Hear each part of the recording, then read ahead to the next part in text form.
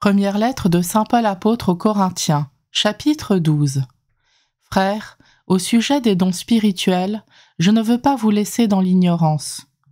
Vous le savez bien, quand vous étiez païens, vous étiez entraînés sans contrôle vers les idoles muettes. C'est pourquoi je vous le rappelle, si quelqu'un parle sous l'action de l'Esprit de Dieu, il ne dira jamais « Jésus est anathème » et personne n'est capable de dire « Jésus est Seigneur » sinon dans l'Esprit Saint. Les dons de la grâce sont variés, mais c'est le même Esprit. Les services sont variés, mais c'est le même Seigneur. Les activités sont variées, mais c'est le même Dieu qui agit en tout et en tous. À chacun est donnée la manifestation de l'Esprit en vue du bien.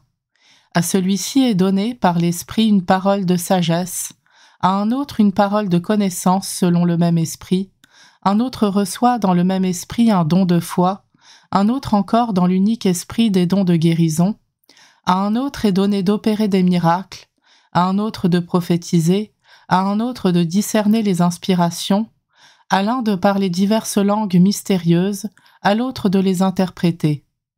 Mais celui qui agit en tout cela, c'est l'unique et même Esprit, il distribue ses dons comme il le veut à chacun en particulier.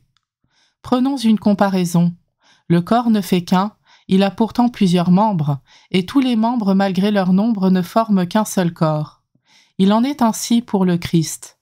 C'est dans un unique esprit en effet que nous tous, juifs ou païens, esclaves ou hommes libres, nous avons été baptisés pour former un seul corps. Tous nous avons été désaltérés par un unique esprit.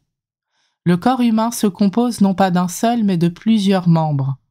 Le pied aurait beau dire « Je ne suis pas la main, donc je ne fais pas partie du corps », il fait cependant partie du corps.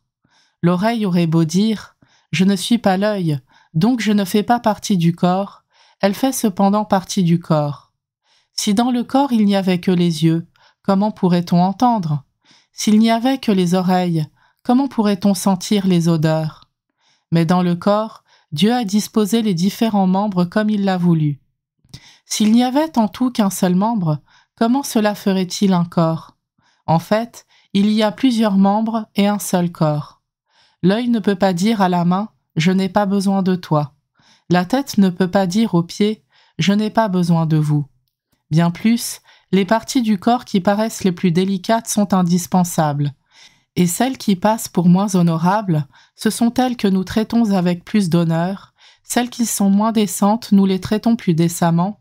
Pour celles qui sont décentes, ce n'est pas nécessaire. Mais en organisant le corps, Dieu a accordé plus d'honneur à ceux qui en est dépourvus. Il a voulu ainsi qu'il n'y ait pas de division dans le corps, mais que les différents membres aient tous le souci les uns des autres. Si un seul membre souffre, tous les membres partagent sa souffrance. Si un membre est à l'honneur, tous partagent sa joie. Or, vous êtes corps du Christ et chacun pour votre part, vous êtes membre de ce corps. Parmi ceux que Dieu a placés ainsi dans l'Église, il y a premièrement des apôtres, deuxièmement des prophètes, troisièmement ceux qui ont charge d'enseigner, ensuite il y a les miracles, puis les dons de guérison, d'assistance, de gouvernement, le don de parler diverses langues mystérieuses.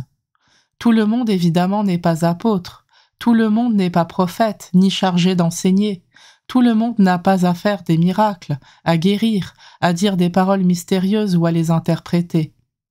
Recherchez donc avec ardeur les dons les plus grands.